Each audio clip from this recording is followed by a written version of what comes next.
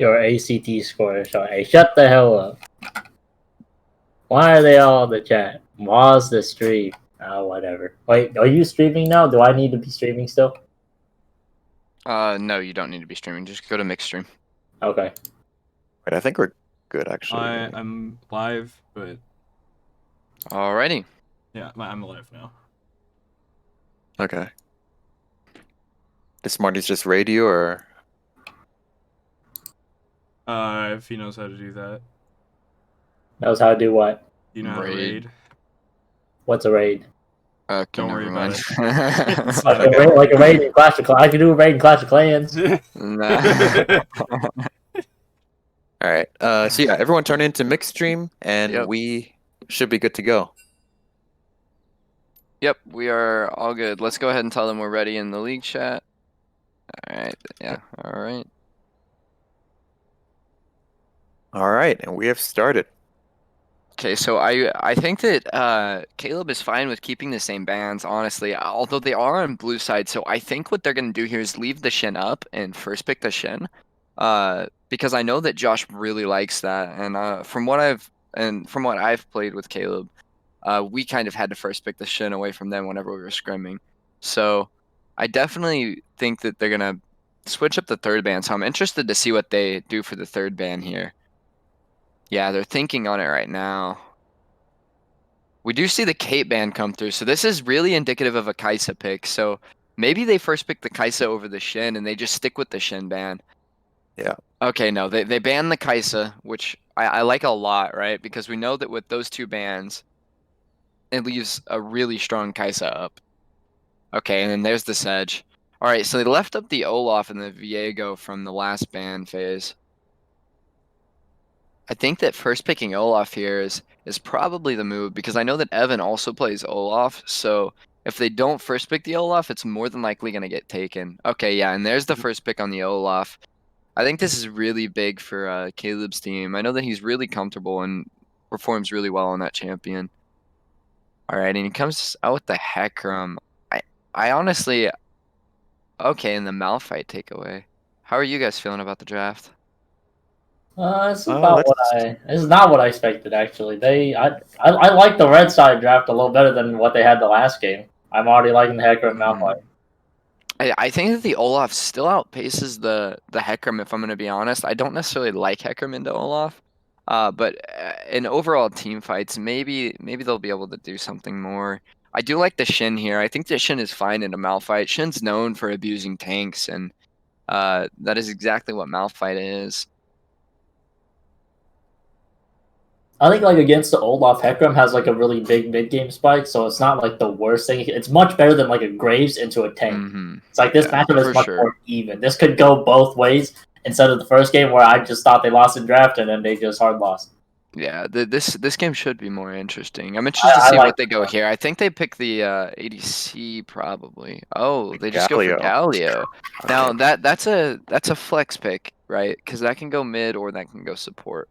So I guess I kind of am fine with that. And they do go Ashe here. They need a lot of damage coming out of Brady if they're... I guess they could flex it, but they still need a high damage AD. Yeah, I'm really liking the Jinx of the Sivir right now, but I don't think Brady plays either of those. Yeah, I honestly feel like this is going to be a Kog'Maw. I've played with Brady recently, and he's really enjoying Kog'Maw. But I think that that's so risky into this team. So bad. Yeah, it's because just not a good pick. So I'm hoping he doesn't pick it, because I have been playing with him recently, and he has tend to like pick the Kog'Maw. And I just feel like that's really bad into Ashe ult, Malphite ult, Hecarim ult. So I'm really hoping that he'll kind of get away from that. Really liking the Sivir here. Really liking Sivir. I don't think Brady's going to pick it, but I do like that a lot into this. Yeah, Sivir wouldn't be bad. It'll definitely be interesting to see what he picks. For support, I honestly do think it's going to be the Galio support. I think that they want more of a damage source in the mid lane that can abuse their mid lane matchup, because they saw that it was a hard winning matchup. They banned two the Ahri again. Right side, which is kind of odd. I didn't expect Malzahar. So that might this would be interesting. Okay, no, they switched it to Corki last second. Alrighty. Not Dude. sure how I feel about Corky into Galio, Olaf, Shen. It feels like it's really easy for him to Yeah. get run down. It's a little. I love the champion. Don't get me wrong. I one tried Corky for a while. It is a good. He feels good. But right now in this meta against that team, that's not. I wouldn't pick that. Yeah, that's I would say risky. I would prefer that over Malzahar though. I think. Yeah, but I would also not pick Miles. Miles hard into that. Yeah. Team. It's pretty bad too. Yeah, I would have liked something that maybe can, because it just seems like something that was a little bit more go in would have been better, or maybe like an Oriana where you can Or, use yeah, that so- ball on top of the Malphite Hecarim, the That's- Silas. So that is a Galio support coming out of Min, Yeah. which Min's pretty comfortable in Galio. He played it a lot whenever he was playing mid, and there's the Sivir pickup. Good call on that, Kenny. Yeah, I told him to start playing Silver, but I don't think Brady put any games on the Silver. So And I the Swain Swain coming support. out of Connor. That is interesting. I've never seen Connor Swain. Maybe that's an OG Loggers. Nick, yeah, you better get in here and say something. Oh, Alrighty, this should be an interesting game that we have coming out. Bot lane is should be pretty volatile. I think that they do have the winning matchup down there this time. So I think that I'd really like to see the Hecarim maybe gank a little bit more and play Wait. towards lanes. No, it's not a Swain support. It's not. Hold on, wait, let me look at them. what? What do you mean? They it's don't not a know. fight? Pepe left. Oh, is it Was it Malphite Fight support? support, Swain top. You'll see. I'm not gonna spoil anything. Ash support? There's no way Corki that ADC? Ash. What? Ash support? Oh. Corki Oh, ADC? Connor does play Swain Ash mid? support. And then Okay, then it's Swain- Ash okay, support. okay. That makes sense. That's Yeah. Oh, that's a lot. That's quite different. Not That'll expected. be interesting. I don't know. I'm excited to see where they put everything. I think that with Ash support, Corki ADC, or maybe Swain No, it's- ADC. yeah, I think Wait, Swain 80. think of how many times Connor's played Swain. Yeah, How likely is he to Yeah. first time a champion? yeah. The Ash makes Unless sense. he's been playing on another account. Yeah. I don't know. This will be interesting. I'm excited to see where stuff goes. I know that this should be a winning bot lane, which I like that change up because they did not have a winning bot lane last game, and we saw that even though they could still get an advantage in lane, they couldn't press it hard enough to have it carry over to the mid game. So I really like that they have a winning matchup now, and I also like that they picked the Hecarim, not necessarily into Olaf, but just because Hecarim can gank a little bit easier than Graves, right? He just presses his E and runs into a lane. So I really want to see the Hecarim press an advantage bot sider or just in any lane. I don't want to see the same power farm style that he had last game. If they change it up, then I think that they should transition into the mid game well. Conversely, on blue side, I think that the Shin plays are going to mean a lot this game, and that the Olaf's early game needs to hit hard so that way they can have a chance and not just get outscaled by Corki. Yeah. I'm really liking Connor's draft this game. I didn't Yeah, see last it's- games, Th- but This It's this, much this better one this looks a game. lot better. It's actually even. I can't It's- just say one team loses in draft. I can say these are pretty even drafts. it's more fun. Yeah. Although one thing we haven't talked about is that Silas. That Silas is going to be extremely dangerous. Look at all the ultis that he has to steal. I mean, Swain ulti is an insane ulti in team fights for Silas because he already has so much healing, and then you throw like Hecarim ulti, Malphite ulti when he's just one-shotting people. Like he is going to be a very dangerous threat in team fights if he can comfortably get into the mid game and not be behind and poked out by this Corki. So I think that this jungle mid 2v2 is going to matter a lot. And if Silas gets a lead, it's going to start looking very dangerous for this blue side. Yeah, so there you see the switch. Connor taking the Ashe, Mm-hmm. Zhao taking the Swain. Yep. Yeah, I think bot lane is really the key for red team in this game. Mm-hmm. They definitely need to win the early game. I think if they try to play kind of farming out into the mid game, I think it's really scary just with the amount of kind of self protection Mm-hmm. blue team has. Yeah, for they do sure. have the Shennar, the Sivir, who is really good at self peeling, and then And the Galio as well for disengage or Exactly. engage on top of the Olaf. Like they have a team that can kind of do it all, and Connor's team is a little bit more focused on just like going in. So it'll be interesting because we have a team that is kind of heavily focused on disengage and has some good re-engage, and then a team that just goes in. So if I think it's all going to come down to execution. If blue side's able to properly disengage red side, I think that it's going to make these team fights very interesting and fun to cast because they could go either way. Yeah, be interesting to see how Ashe is able to influence the game. Obviously, Ashe support, she can build in a way that her R cooldown will be very low. So expect to see a lot of Rs coming out from Connor, American Sniper. Yeah, for sure. He's definitely not afraid to pull the trigger. It'll be fun to Yeah. watch this. I really want to see the Sivir take cleanse here. I'm really hoping the Sivir did take cleanse. I mean, the spell shield is good, but in the Ashe Swain, I think that cleanse is also just an insane value to have because they're going to be trying to get that spell shield out of Yeah. him, and if they get it out, then he's susceptible to all of this crazy CC that they have. So I'd like to see the cleanse here. I don't think that there's a reason not to take it. And then I think that they should just be looking to roam Galio around the map, right? Because bot lane, they hard lose. They're not going to win that matchup. Sivir has good enough wave clear to just kind of survive under a tower by herself. Yeah. So I really want to see Min roam around here. I want to see him impact the map, and I want to see him get an advantage through mid lane with Caleb and turn that 2v2 jungle mid into a 3v3 or just 3v2. And then you have the Shin ulti on top of that, right? So I really think that they're looking to play through top and mid this game, and I think that that's going to be a perfect strategy to just kind of avoid the power hold that red side does have in that bot lane. Yeah. Yeah, as you mentioned, a lot of wave clear on the Sivir, so it's going to be very important for red team to be able to get those objectives. And you know, Barons are going to be really big because for sure. it's not too easy to siege against the Sivir without something like a Baron to help. Yeah, exactly. And I mean, conversely, Barons are going to be big for blue team as well because this red team, Ashe has decent wave clear, and so does the Corki, right? So it'll be interesting. I mean, and Swain's isn't the worst either. So I think that these objectives are going to be big, and I'm really excited to see how these team fights play out. For sure.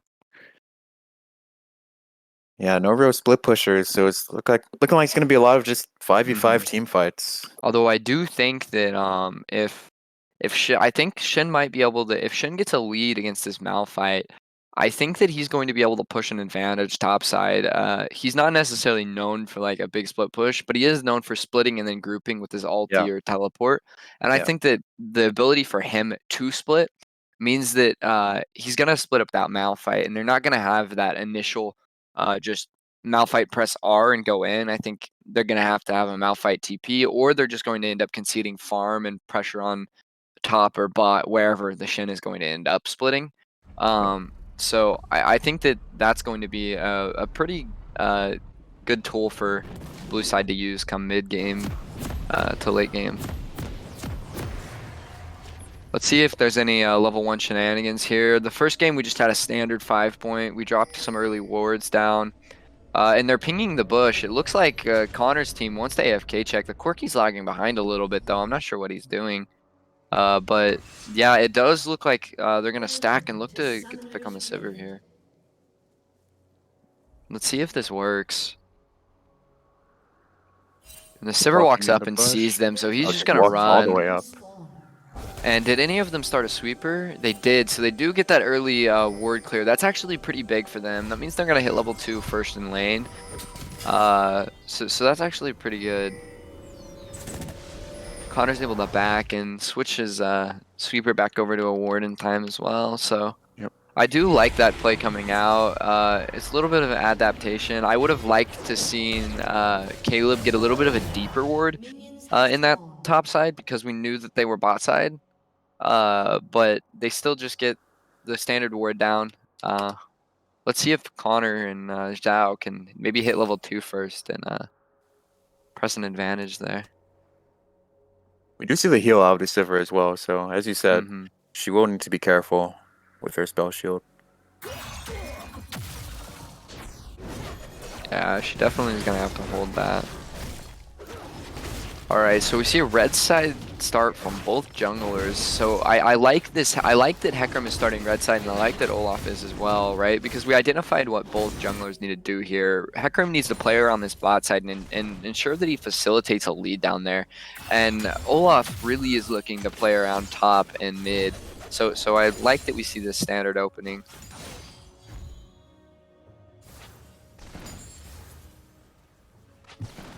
And it looks like it's just going to be a full clear from both of them. Yeah. Shin trading early with the Malphite is always good. Shin is one of the strongest champions, level 1 up there in the top, especially during tank metas. Yeah, that is big a poke lot coming out from the Ashe. They're just getting zoned off the CS. Oh, but the poke comes back a little bit. See, personally, I don't like the tier start on Sivir. Like, a lot of people are favoring it, but I'm a big fan of D-Shield, especially into this matchup. They got heavy poke. If you get caught, you won't die as fast. I don't know. I can understand I would just rather have that every time. For sure. I can understand a tier like second. Like maybe pick it up on your first back. But I definitely think you're right. D-Shield would have been a good adaptation for them here. This Shield comes out from Brady, so he just gets his mana back anyways. So I don't think the tier is necessarily like needed, but either way, it'll still scale up good for him. Yeah, he just has to make it through. Oh, and the flash has to come out from the Galio, and that's that level 2 advantage that we were talking about. Wait, I'm actually sure not. Yeah, I'm not sure why he. So to be fair, some minions. Why is he still level 1? He got zoned off at the beginning, and I think Brady took the first couple, or maybe he got zoned off. Okay. In on the second wave. All right. Top is hard winning, as I kind of expected this matchup to go. We know that Shin is good at bullying tanks. It looks like they're just getting zoned off of all this CS under tower. Yeah, bot lane's really not having a good time. Yeah, not at all. This is expected though. For sure. As long as they can just survive this lane phase, I probably would have liked to see a reset there, because I think that they're in danger of just getting dove here. I mean, the Hecarim is down in this area, and the Olaf is top. This is really, really risky for them to be staying here. Yeah. They're doing it. Alright, the Hecarim's just making his way back up top. Oh, Min gets hooked. Get the heal out. The W there also absorbed a lot of that damage. But they do get the heal, and the Galio doesn't have the flash. The Hecarim really should be looking down here. I would have liked to seen him come bot after the oh, the Galio goes in. Yeah, but he's still only level 2. Alright, he just ticked over to level 3. With the Ashe being this low and low on mana, I think that they're fine to stay and just wave clear, especially since the Hecarim is just resetting. Yeah. Hecarim Olaf's is looking to invade. Silas is pretty safe. Olaf is there as well, though, so he can just counter gank. So I think that it's better for him to just back there, but or maybe he should have just invaded bot side. He doesn't know that the Olaf is up here taking his camps. Oh, it looks like they're gonna meet at these Krugs. Shin is still. Shin is getting shoved in. Malphite has first rotation. Yeah, Malphite's walking over. Are they gonna clamp on the Shin? There's gonna be a gank. This might be a 2v2 that breaks out. The Hecarim is coming up. I think they just walk out of this. Oh, yeah, he does hit the taunt. Yeah, they can't fight this 2v2. Hecarim just goes and attempts to farm his jungle. Are we at the same time, by the way? Like, I'm at 5:30 now. I'm like 1 second behind you. Okay. I'm at 5:35, so maybe. Okay, we're good. We're good. Okay, I'm at 5:42 now. Okay, cool. 44, 45, 46. Okay, yeah, we're at the same time. Okay, we're good. Cool. All right, so I don't really like the way Silas is playing these waves. He's been really susceptible to ganks for pretty much a whole laning phase. Yeah, he's been hard shoving. I think that it's risky, especially if he doesn't have that Olaf in his back pocket, because he's not always going to. I think the only reason why he's been able to not get ganked here is because the Olaf could have been in the area. But if he keeps playing like this, he's definitely at risk. Yeah. Tanner tends to play pretty aggressive like that a lot, though. Yeah, Tanner is an aggressive jungler. He looks to shove and roam or just shove and fight. We don't see any early dragons here, which is interesting. We saw last game they Red opted team is in for a pinging. very early draw. Oh, and as I say that, they're starting up the dragon. Yep. This is a little bit of a later first dragon for compared to the last game. Yeah. And it looks like they just get it. They got it off of mid resetting, so good timer. Yep. Shen goes in here. You should get decent damage off on the Malphite. The Malphite is not having fun. Shen is just so good at abusing tanks. Very long trade. Malphite is walking And he up gets slowed here. again. He's gonna have to R out. I The think taunt is so. He up. has his flash, and he just dies. Oh, wait. Oh, he ints Shen under goes turret. too far and ints under tower. Oh, Wow. Very good restraint from the Malphite to hold his R. that is has a pretty big lead loss. Shen doesn't have teleport, neither does Malphite. The wave state up top is looking pretty bad for the Shen. It's shoving into the Malphite, so it's gonna not only does he get that kill, but he's denied so much CS. Alright, looking at CS. Bot lane is up about 15 CS at the moment, which is expected. Oh, the root lands. That hits. The ignite Get the comes flash out down. of the Corki. Alright, and he respects not diving, which is very good because the Hecarim is in the area. Olaf's is just looking to invade and take this camp in front of Hecarim's face. And he will do just that. The Hecarim has to respect it because the Corki is too low and has to back. Caleb's gonna keep chasing. He's gonna move up to the Krugs. This looks like it's gonna be a fight. He finds him here. Let's see if he smites the Krug. Oh, he just barely misses it. Not enough damage with the axe. They do win this 2v2 though, so he's gonna get all of the other Krugs, which the changes to Krugs mean that all these small ones are actually where most of the gold comes from, not the big one.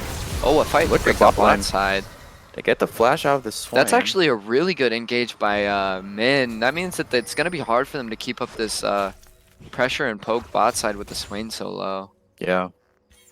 Sivir's still topped off. Swain had a flash heal. This is a lane that Caleb could abuse. It looks like they're just gonna focus top though. They're getting the Rift Herald.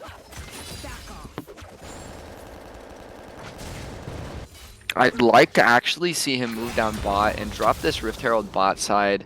I'd like to see him do that because I think it'll be it'll kind of give bot side a little bit more gold. They'll get back in the game. They won't be down so much from this poke. It kind of nullifies all the work that Connor's been putting in with this Ash pick if he does that. Oh, the root lands onto the Sivir. The R drops. Yeah, that is big. Osho does nothing. Special comes Ash down R and it lands, and that absolutely should be a doesn't do kill. anything. Yeah, that is just a kill. Stepped way too far forward.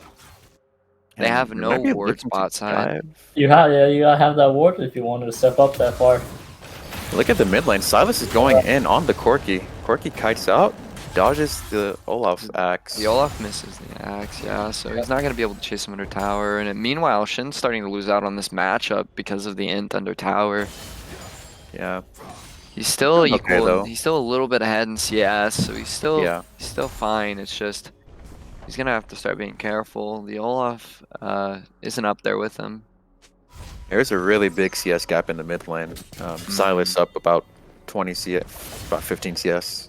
Yeah, that is true. Off of that earlier fight, Yeah. whenever he chunked him out, he was able to push a wave in and get a pretty big advantage. And the Olaf has just been taking camps in this Hecarim's face, so he's up a little bit of CS as well. Yeah.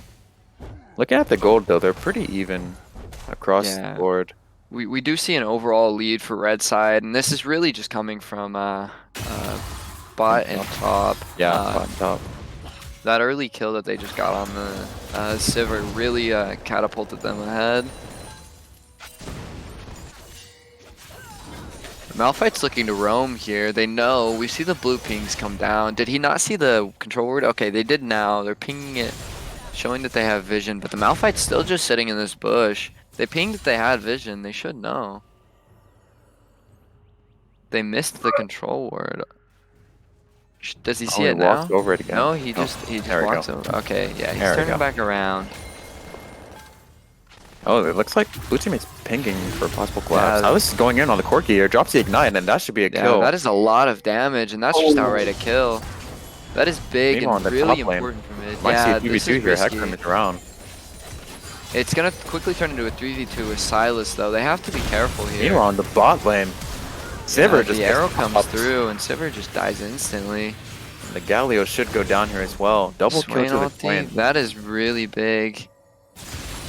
We do have the Rift Herald on the Olaf. I think they're going to set up this dive on the Malphite. It's a little bit risky. He's tanky and still does have that ulti with Hecarim ulti. Yeah. And the Corki is coming up now. Does Corki have package? Corki does not have package. Land the this taunt. is a very risky dive. And they just kill him Silas outright. steals Hecarimar. Hecarim Goes needs the in. minion. Shenar drops. Corki is around. Oh, Silas goes back in. They're going back in. Silas lands a root. He does. Does she And have a gets taunt to go to and follow flush it up? out in time. Okay. Ooh! Corki That was barely. really clean. Oh. I'm not sure about that Corki teleport. He was right by the tier 2 tower. I think he could have just walked up. The Malphite was dead regardless. Yeah. And we do see the Rift Herald come down, but I don't think this is actually going to get much value here. I guess he just wants to throw it down before plates expire. Flash out of Olaf. Ooh, and Silas is here again for another kill. And Silas just kills the Corki Malphite outright. no R this time. Just runs out. I really want to see him just collect these plates and then back off. Alright, good. They're not going to overstay. A lot of summoners traded there. The entire top half is vulnerable. Corki does still have his flash though, so maybe they can look to punish mid.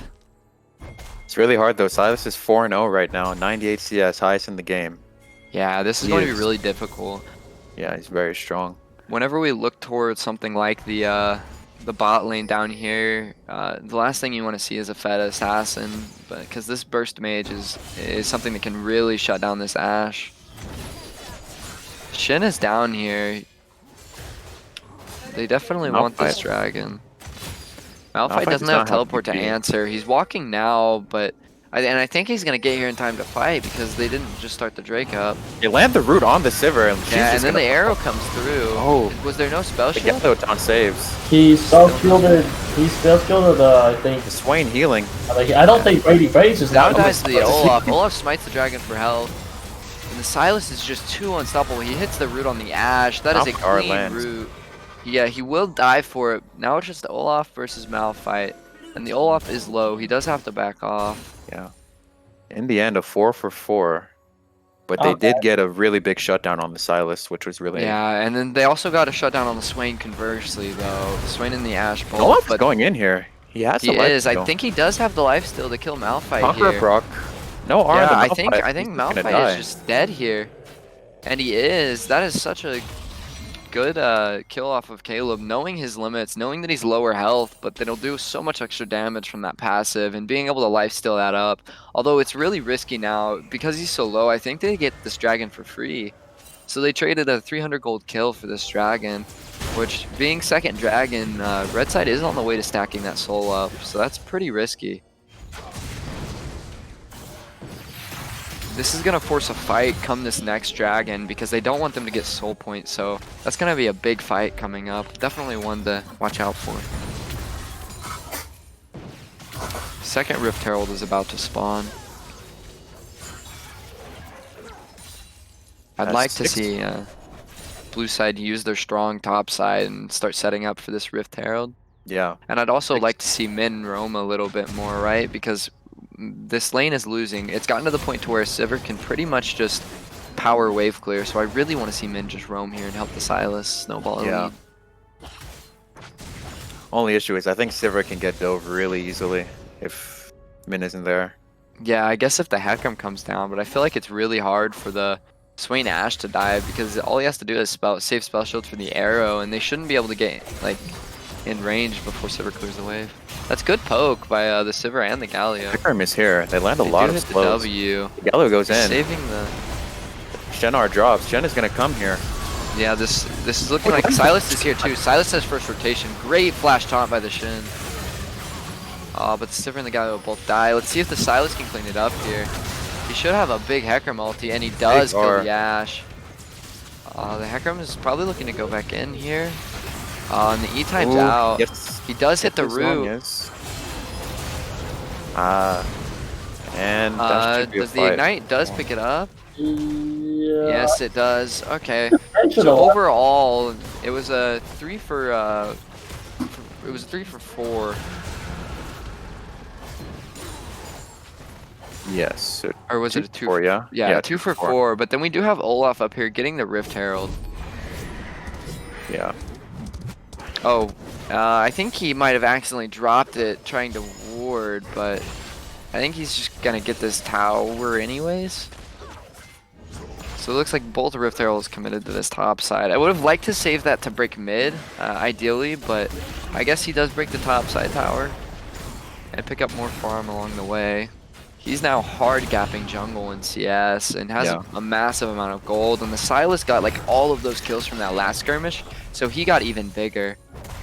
Yeah, so looking at the gold difference, I mean, it's only 200 gold in favor of the red team, but blue team has all of their gold concentrated on their carries. Yeah, they have it right where they need it. Yeah, exactly. The gold on the Swain and the Ashe is nice, but Sylas is the counter to them. He can just blow they them landed up double root. Oh yeah, this is really big here. Are they going to get the shutdown? I think they And do. the shutdown goes over to the he Swain. just comes down. That's massive. That is really big. You're going to push for the mid turret. They should have preemptively rotated their bot lane mid and just sent their mid laner bot side, because we knew that their bot lane was coming mid off of this. They no longer have a tower bot side.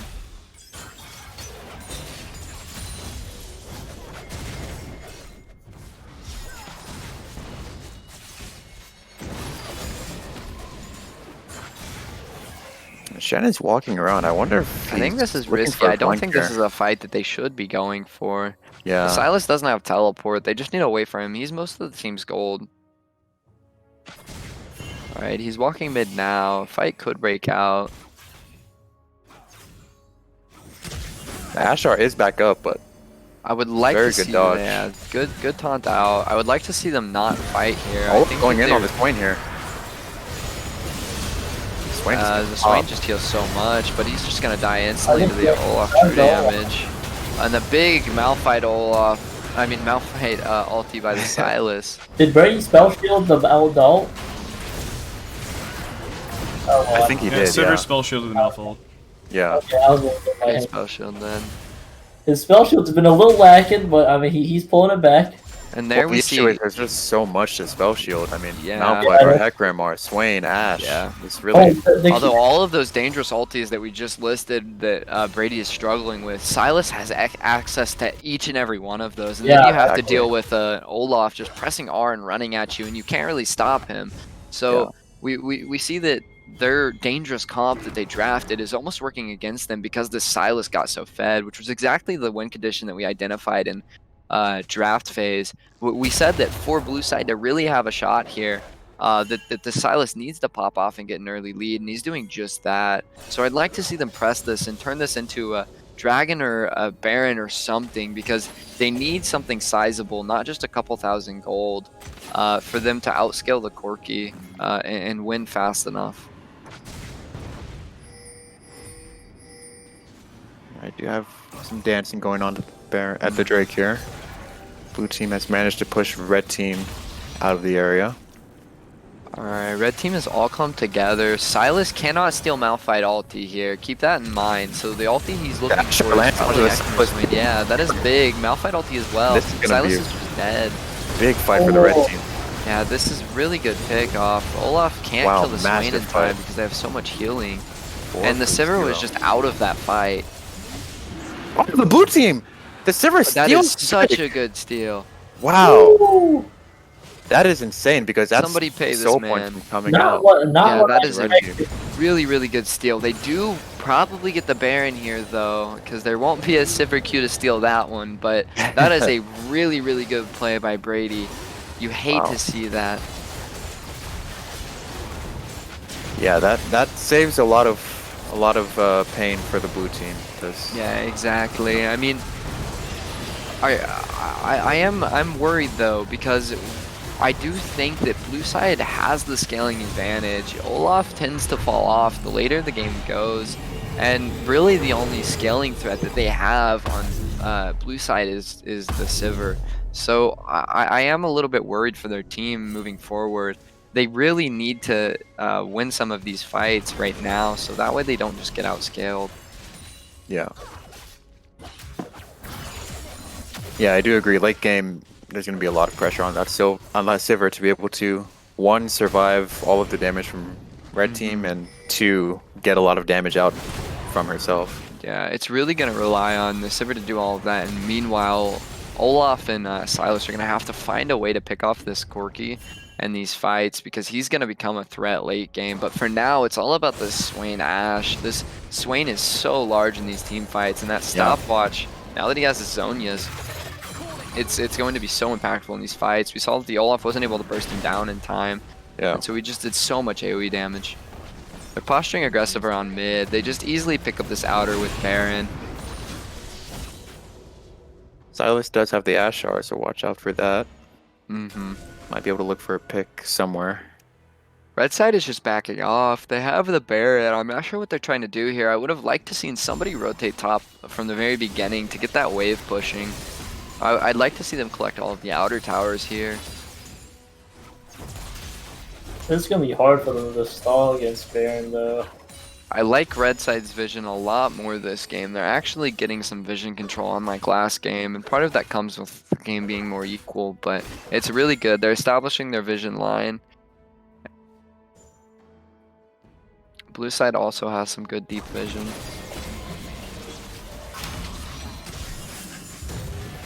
Ashe lands on the Galio. Big and this, yeah, that is.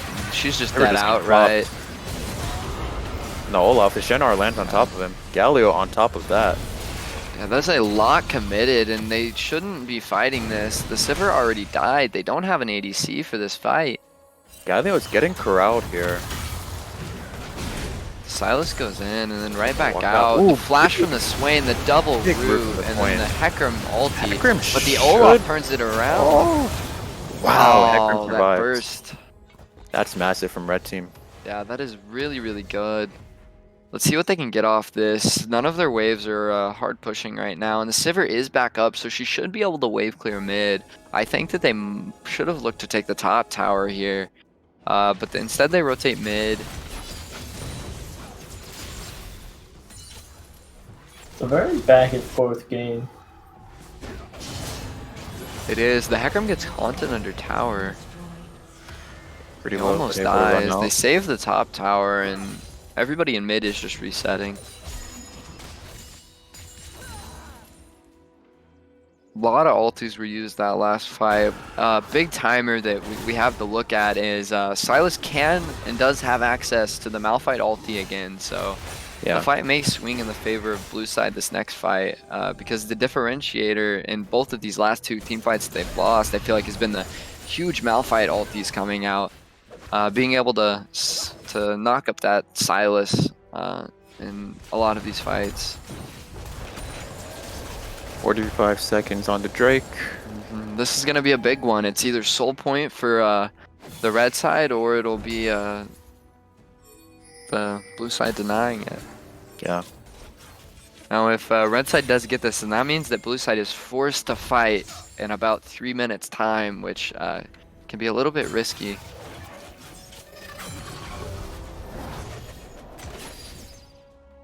Watch the Sivir queues, because you never know, they might just accidentally steal another dragon. I'll be very surprised. Oh, the root the Shen gets rooted. Able to taunt out. But that is a big chunk of damage, and Shen should have been a front line for this fight, so this does get dangerous. I think it's very risky for blue side. They're kind of funneled in here again. We saw how this last river fight went. I think that they need to let red side start the objective, and then they just need a Sivir ulti into them. Yeah, that'd be pretty strong, because then Olaf can just run right into the middle. They get a Galio on 5. So, yeah, okay, the objective is started up here by red side, so now... Yeah, I guess blue team just handshakes it. I think that this is too risky. I don't think that they should be giving it here, because it means that they have to fight on soul point. So I guess they're just looking to get a little bit more gold under their belt and then try and fight the next dragon. That's just so risky. Corki also gets red. Corki also had package though, which is pretty big, and that helps start the fight. Yeah, the main issue is the first team that arrives to the objective has so much prio. I mean, if you're blue team, how do you run into a Malphite, I mean, into an Ashe, into a the Swain? the blue team did have. Oh, Big fight coming out. The Malphite R gets Zhonya's. yeah, the Galioton is big. It peels both of them. The Shin ulti on top of the Sivir. The Sivir's been peeled for. She didn't die instantly this fight. She finally dies to the Malphite, but the Shin ulti on The Zhao. Corki is fighting. I think that Corki. the Corki Oh, damage wow. and the Swain heal comes through to allow him to kill the Galio. Oh, The Corki though is just getting massive now. At this point, it's super risky for blue side because they're letting this game go on, and the more it goes on, the more worried I get for them because the Corki is starting to scale up. I mean, we saw with that last fight, he was finally a threat in the team fights. He went untouched and he just was able to dish out so much damage, especially with this Divine Sunderer build because you have these two tanks and the Olaf and the Shin that just get melted by him.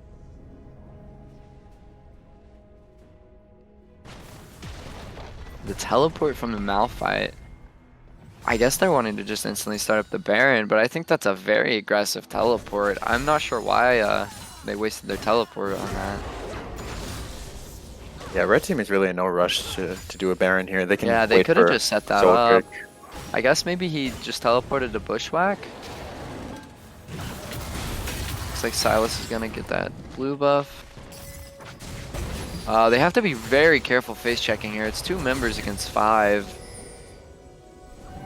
I don't really like this from red team. I mean, there's really no need to coin flip a Baron. I think the one way for them to throw the game is to coin flip a Baron. So they really need to respect that blue team has a chance to steal this. They're just gonna start it up. I think this is very risky. The Shin ulti isn't there, but he does have the teleport to join the fight, and he is teleporting in. And the fight is breaking out. Olaf on 3 squishy members, but they all flash out. He's turning onto the Hecarim.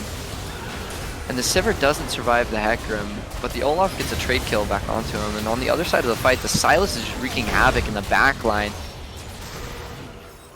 But the Swain is able to just lifesteal through it all. His healing is so much. Wow.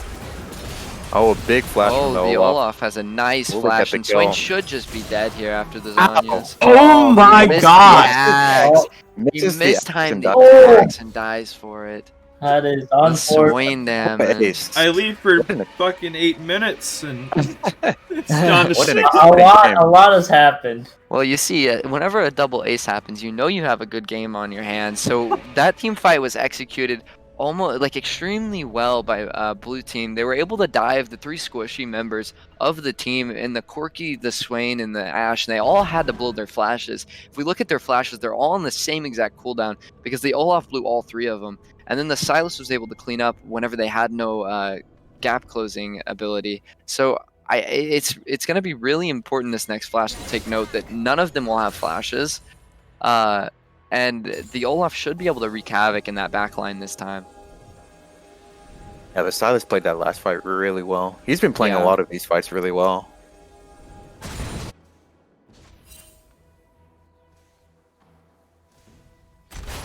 Did we catch what? Oh, It's the not Malphite here, ulti though. and the I need Ashe to ulti, and die. Silas just gets picked here. And And that's the a drag big is throw. up soon, so and Baron's up that- as well. Good That lord.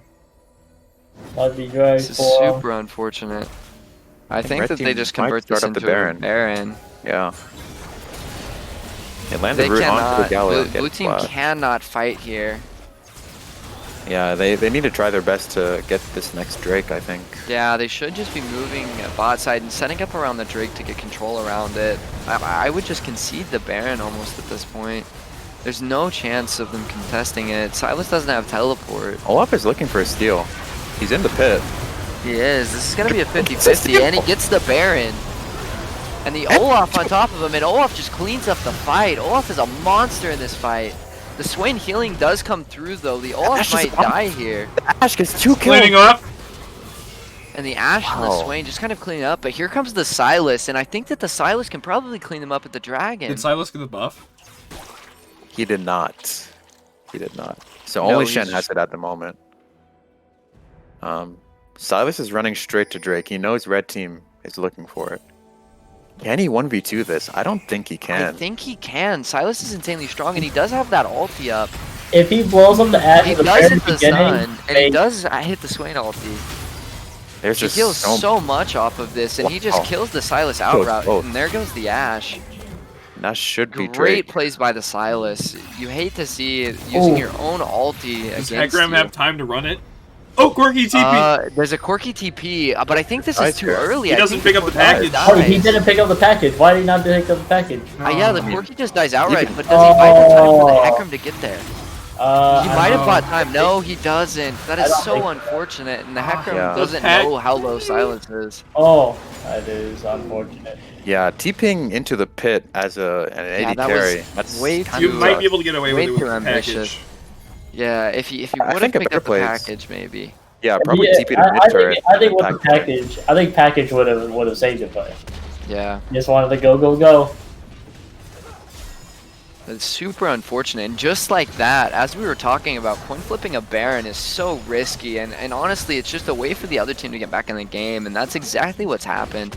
Yeah. It instantly catapults them with a. Ashar lands onto the Yeah, shed. it does. This is the Shin Those might are two just really be dead. important ults just blown Oh, on the Olaf ult's in. The Olaf is just targeting Olaf is the 1v4ing, Swain, he's just getting kited out. and he just dies here. This is super ambitious from blue team. I Oh would have my liked to see God. that. Oh, and the Silas misses the 1v3 here, Malphite surely ulti. he dies. Yeah, Yeah, he Meanwhile, the does. That is so Hecarim is 1v2ing. unfortunate. should be able to Just get both one here. throw after another. Does get the Sivir and gets the Shen, and that could be That GG. might just be game. Let's see if they're able to The end. cooldown on the Olaf and Galio are 30 seconds. This might be enough time. Oh, They're blue just team taking the already typing the towers. GGs in the chat. Yeah, 17 seconds on the Olaf. I think that it is enough time. They do have the Corki up, and the Hecarim also does a lot of damage to these towers. Yeah, that should And be just game. like that, they're going to swiftly close out game 2, and they do split the games 1-1. 1-1. What an exciting game. Yeah, that one was definitely back and forth, much more interesting than the first game. Zippos in Paris no longer undefeated. Zippos and Paris are no longer defeated. You are very correct. Wow. God damn. I want to see some interviews. Yeah. Yeah, that was definitely Alright. one that, Start putting interview requests in the Intramurals chat or the stream, it'll pull you in. Wait, are we playing in? Is there another one? Or No, just two. oh, There wait, might be what? one. Oh, okay.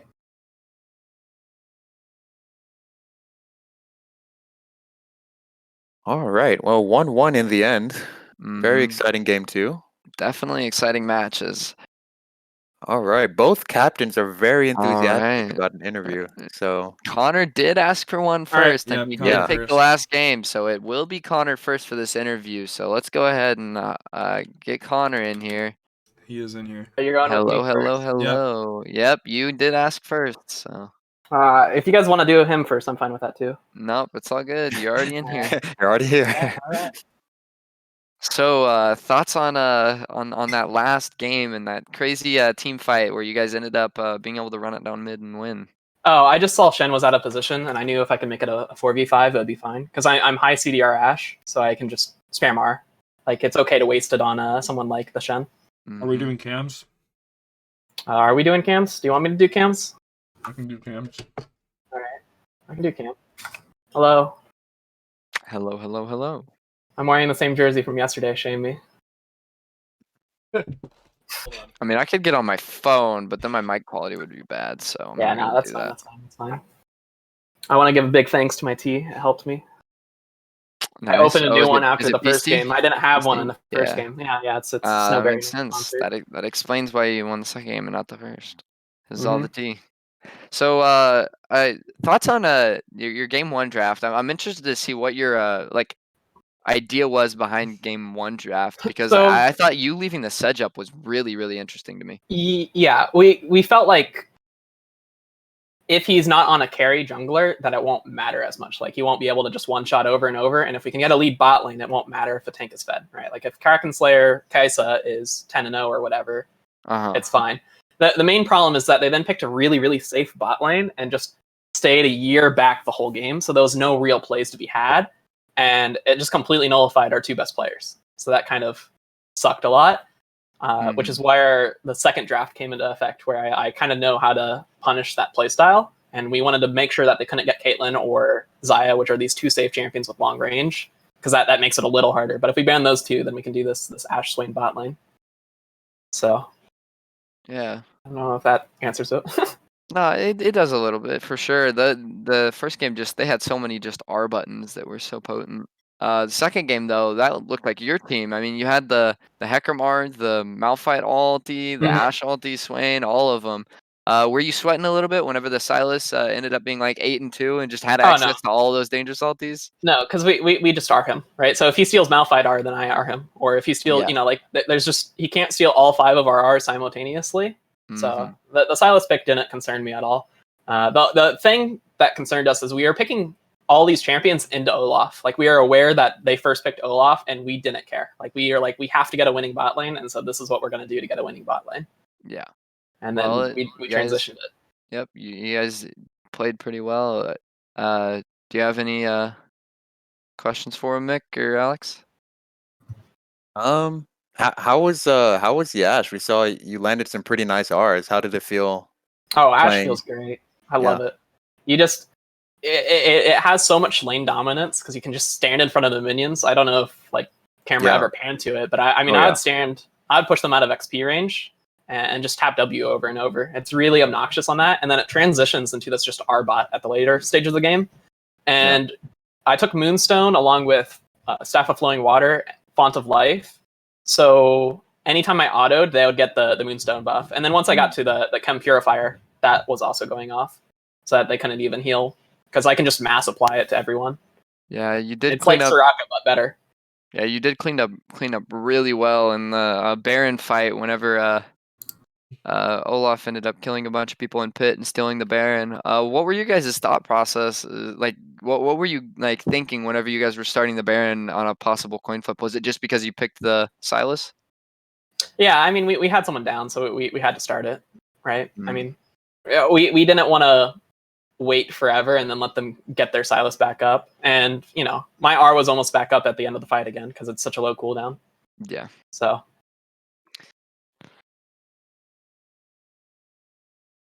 That's all I have. Yeah, I don't. Do you have any anything you want to say, Mick? If I'd been around for the first game and the first half of the second game, I would probably have some good questions. But I was doing initiation for a club at school. Gotcha. So does Zhao play Swain a lot, or is that something you guys picked up just for the tournament? Or yeah, we picked it up with just the intent of using it. So I don't think we'll be able to use it again in the tournament, but at least it got us a win and made Caleb's team no longer undefeated. So everyone now has a loss. Everyone has weaknesses showing in different matches. So good, healthy. Yep, that is true. So who's your next matchup? Moose. So are you looking forward to that one? No, I wasn't looking forward to this one either. So I'm happy that we got a win at least. I was fairly confident we were going to get 0-2'd. So, or 2-0'd. My predictions are coming strong. I did say 1-1. So. Did you say 1-1? They win the first game? I did not predict who would win the first game. All right. I was actually 1-1. If it goes 1-1, I was expecting Connor to take the first one if it did go 1-1, because I figured you would just like cheese them first game and outdraft them. I didn't want to show my but then it was the complete opposite. Yeah. I wanted to try to win without cheesing and save cheeses till later, but I felt like I had to, so we did. Well, the cheese prevailed, and you picked up a game, so that's gotta be feels good, especially if you thought you were gonna go 0-2. Were you what were your like thought process, like what was going through your mind with, like, because the first game was just like a complete wash. It was like it was pretty bad. It ended pretty quickly. They seemed to have a pretty large lead. We were quite confident we had lost like 15 minutes into the game. We decided just to stall out the game as long as we could and just like maybe we'll win, but in all reality we're just stalling it in case tiebreakers are ended up being decided on like time. I don't know if there'll be tiebreaker matches or not, so it was just make the wins longer in the case that it is. And besides that, the whole time and you can ask my team, it kind of sounds tilted, but I was just saying, okay, we have to get an advantage bot lane. We have to get an advantage bot lane. Like, what do we need to do here? And I was throwing out like, let's just not ban Caleb at all, and then just ban the safe things bot lane. And then we were like, okay, but we need to ban the Sedge at least because it's still just obnoxious because he can just camp bot with it, and then it's problematic. So we were like, okay, we'll go ahead and give up the Udyr. We'll give up these other tools and whatnot. So, gotcha. So you did you say anything to your team to pull your morale back together after that like really tough first loss, or was it pretty much just a yeah, that was just like a oof in the draft, and we'll move on to the next one?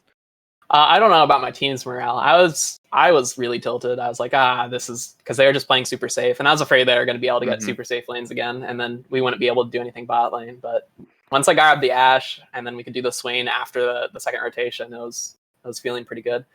And we were like, we just have to win this bot lane, though. Like, that's all I could think about is we have to win the bot lane. We have to win the bot lane. Yeah, well, you did exactly that, and it looked clean. The Swain was like 9-3. You were 0-3 and like 7 at one point, and you guys were just hard smashing, and so it was a pretty good performance. I was surprised with the Quirky pick. I'm not entirely. I guess I'm not entirely informed on Grant's entire champion pool. It may have been prepped for a different match where we did or did not pick it. So, I saw the head turn there. somebody picked up what I was laying down. So, alrighty. Well, I guess we'll go ahead and pull Caleb in here. It was great interviewing you, Connor, and good luck in your future games. Should be an exciting game against you and Mick. Looking forward to watching / maybe casting that one. So, alrighty. good luck in your future games, and we'll catch you later. All right, thanks. Bye. Thank you. Thank you. All right, let's pull Caleb in here. I'll message him. Oh wait, wrong chat. Just pull him in. There we go. Hey, hello. There's Sorry, the man, the myth, legend. It's okay. It's Caleb. So, how hyped were you whenever you stole the Baron and killed like 4 of them and then died to the Ashe? I think I went like Super Saiyan 3. I was just definitely like literally screaming into my mic, but it's fine. Was it as hype as Brady's Dragon Steel with the Sivir Q? We were also pretty happy about that one. So why did Brady pick the Sivir? I know for a fact he hasn't put any time into that champion. Not gonna lie, I really hated the Sivir pick, but I like the pick, but he hasn't had any time on the champion. Like it's not like a Flame Brady type thing. I think our team lacked a lot of damage, and especially like just with that build, Brady like couldn't even hit Qs because he would just get one shot, and so we had 0 damage on the team, and so I was hesitant to pick the Sivir for that reason. But we also it wasn't a terrible pick either because you have Spell Shield for like a lot of those engages if you can use it properly, and Spell Shield helped him out into the Swain lane. So I went with it, but not too confident about it. Well, I mean, it's a good learning experience. I think if he puts time on the champion, I think it's really strong. I like it a lot. Brady said he's had success with it in the past. I felt like our team needed just raw damage, and I don't think Sivir provides that quite. Were you expecting the Ashe support Swain ADC, or were you thinking it was the opposite? No, I knew it was Swain ADC because I had scouted Zhao, and honestly, I don't know why I didn't ban it second rotation. I kind of just was like, they aren't going to play it because game 1, they didn't even whip it out. So they don't want to play it. And then game 2, I just kind of ignored it. And I should have banned it because even before the game, I was talking with Brady and we were definitely worried about it just because it's so oppressive. Yeah. And I was listening to Connor's interview and he kind of said it best. Like they just picked the lane to punish what our bot was doing. And it really hurt a lot. Yeah, it was your first draft though. In your first game, you guys had a crazy good game. The second game, it was still really back and forth. You guys still had a chance to pull it out. I really liked the Silas pick. I was actually super happy with that pick because it just gave you like a whole arsenal of insane ultis. So I don't know who called for that Silas pick, but whoever it was, I'd like to give them a pat on the back because that was a pretty good pick into their team comp, and it did transition well. It's just you guys couldn't the team fights got a little bit too messy, and you guys just ended up barely losing at the end whenever a lot of ultis missed, and then you guys got picked mid. But who was it that called the Silas pick? I believe it was Brady that mentioned it at first, and then I started thinking about it, and I was really conflicted with Silas too, because our team was full melee at that point in time. Yeah. And picking another melee champion into like the unknown future, which, as we can see, kind of hurt us. And so the Silas was really valuable, right? He had Hecarim, he had Ashe, he had Malphite, and Brady pointed that out. And so we were pretty confident going in with it.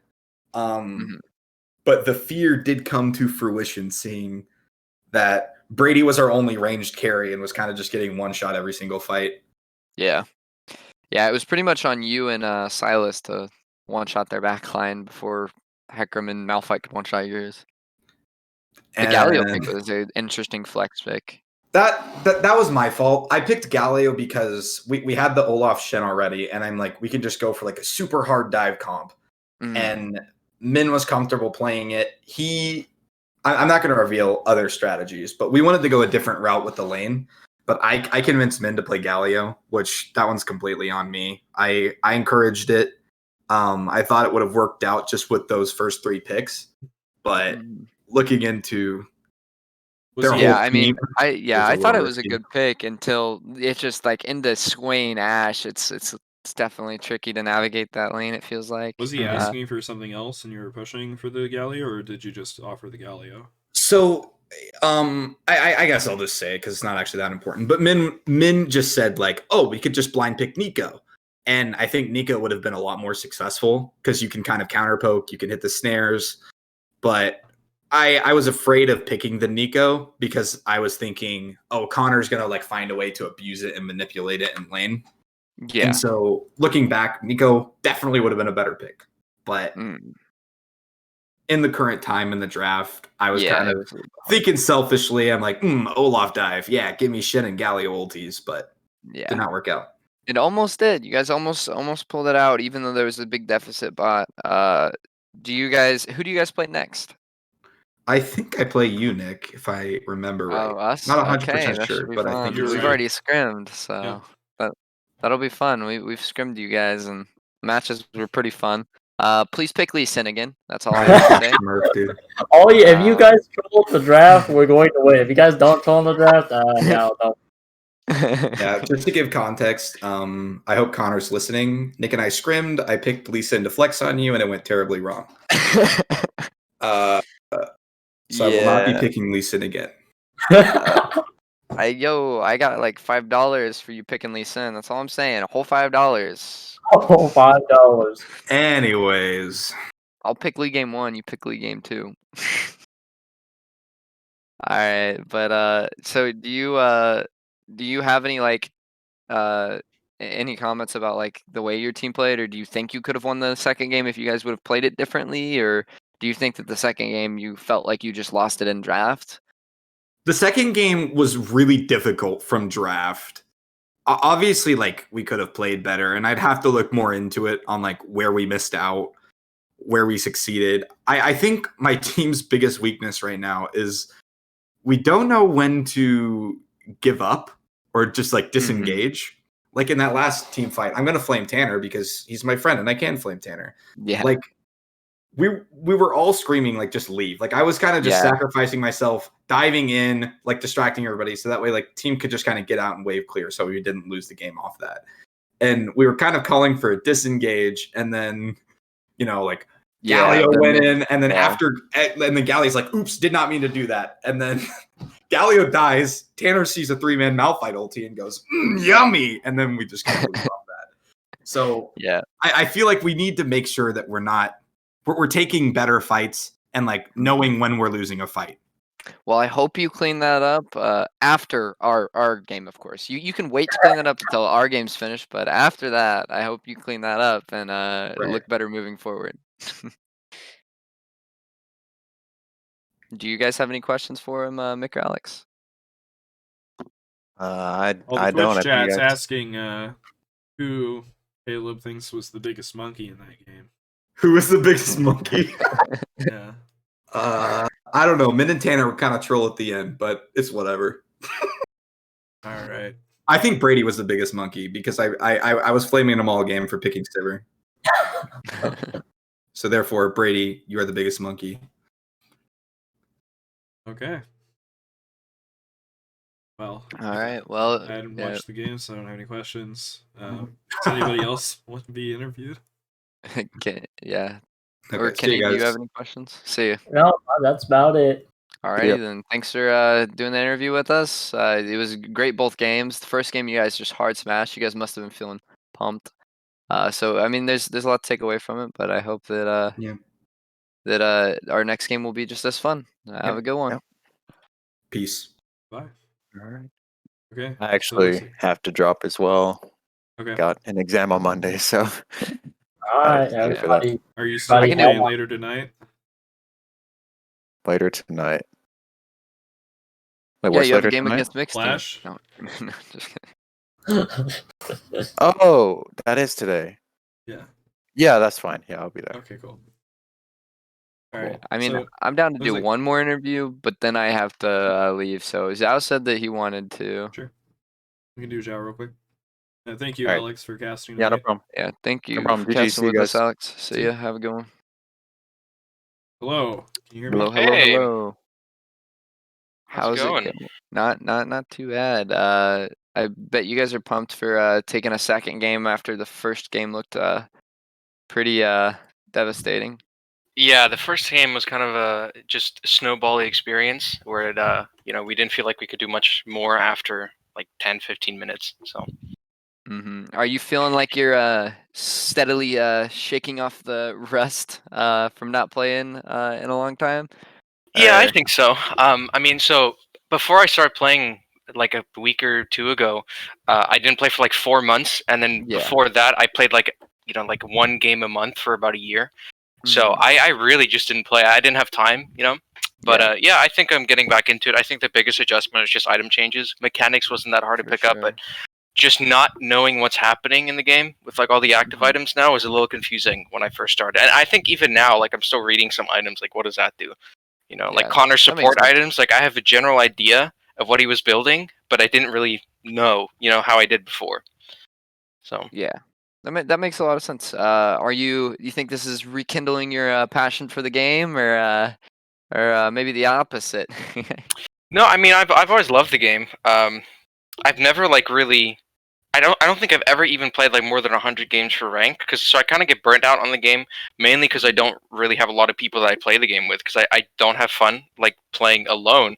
But for me, like Clash and then a team of like if Connor even like I'm telling you right now, if Connor didn't ask me to play in this tournament, I wouldn't have played again. Like I probably would have played maybe like at the end of the rank season, you just get placed. Just because I didn't, but so yeah, I'm open to play the game because I really enjoy it, but just not alone. Like I'll never Yeah, that queue makes up sense. solo. You know what I mean? Big team guy, yeah. Yeah. Well, speaking of being a big team guy, how were you feeling about that second game on the big Swain pick where you popped off and went like 9-3-4 or whatever it was? Were you pretty excited to pick that? Yeah, I heard you were practicing it beforehand. Yeah, I was excited for the Swain pick just because I think it's a very strong and oppressive like winning lane. It's very hard to deal with.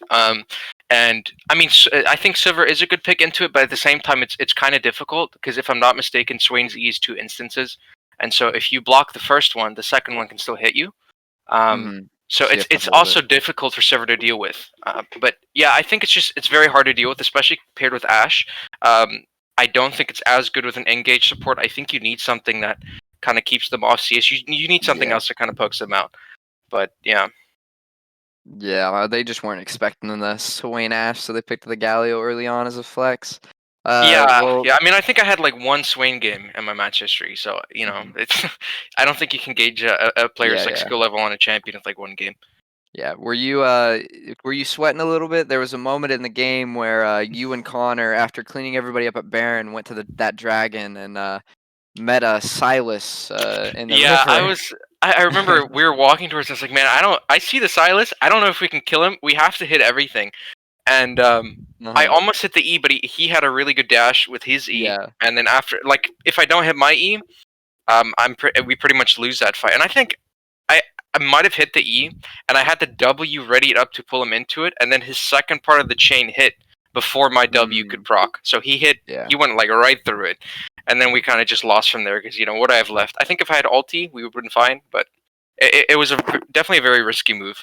Yeah, well, you guys through there, but then you guys were able to bring it back in that crazy mid fight where they overcommitted and you guys got some nice picks mid, and you guys instantly converted that into a win. So you were still able to bring it back, and you looked really good on the Swain throughout the entire game. I'm sure that's going to draw some bans. So if nothing else, you've achieved multiple bans coming your way in the future. Yeah, that was definitely a very enjoyable game of League, just because I think even since the beginning of the game, all the team fights, regardless of who won the fight, they were like active and they were good, and they didn't feel like super stompy. I think that it could have gone either way.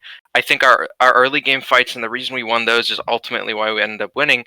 But yeah, definitely a more interesting watching experience, I think, than the first game, because the first game, once it starts getting rolling, you're like, I know who's gonna win, So, but yeah. It was good fun. Well, that's awesome. So your next matchup is with Mick, the other person in this call with us right now. So how are you feeling about that? Are you excited to get that underway? That should be a good one. Yeah, I'm excited about the game, but I'm indifferent about the players just because I don't really know any of them, and I don't know their play styles and anything. So I don't have anything positive or anything bad to say. I don't really know. But as for the gameplay itself, I'm very excited. I'm excited to see where it goes. I'm sure I'll get filled in into what champions they play, and I think we might have some surprises. We'll see. We'll see when we get there. But yeah. Alrighty. Well, that's awesome. Mick, do you have any questions for him? So I know that you're currently living in Texas, and that your power's been out for quite a while now, or had been out prior to this. Are things looking brighter right now, or do you think you'll be able to get in game time with your team following or leading up to our match? Yeah, I think so. We were really like out of power for like a couple of days actually, and then it was on and off. Like on for like 2 hours and off for like 8. So yeah, I think the last week, like me and Connor wanted to practice, and I think we want to get together, but I just didn't have any power. And then after I got power, the internet was like 200-300 ping because everybody's now back on the line and getting caught up in work. So, but yeah, I think at least for now, it looks like the majority of the ice is melted, power's back. So I think moving forward, it'll be a lot more stable. Yeah. Water's fine too. I've heard. Yeah, so it's still cold. It's still pretty cold. So like I just turn my water off at night before I go to bed, but I do have water. So. Yep. Cool. All right. Well, moving to we talked a little bit about the second game. Moving back to that first game real quick.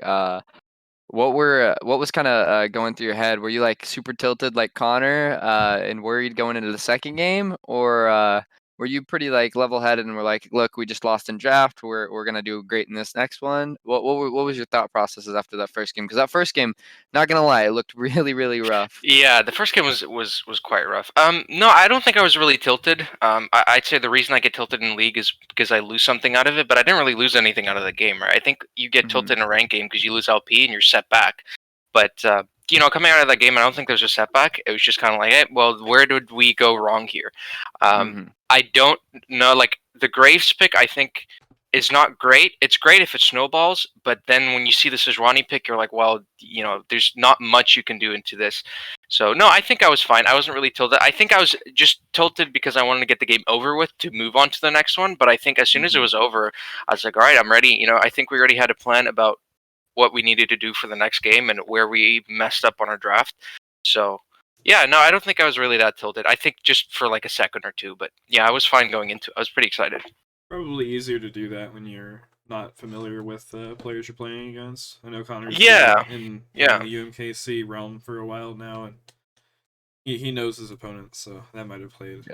Yeah, and I think it also does help the fact that I took such a long break from League and just playing other stuff. Then you come back and you're like, I didn't do this for so long. I didn't win or didn't lose. So I think it's a lot easier. But yeah, like you said, I don't think there's a relational connection because I don't know anybody here just as well yet. So if I lose, it's like I lost to players that I didn't know just because they played better. You know, it's not like, oh, I lost to my friends. But I completely get that argument, because I think if I was playing with friends that I knew, you'd want to have that competitive nature to, you know, see them in person, like, hey, remember this game, and talk Yeah. about it. But since I don't have that connection, I don't think I take losing as badly.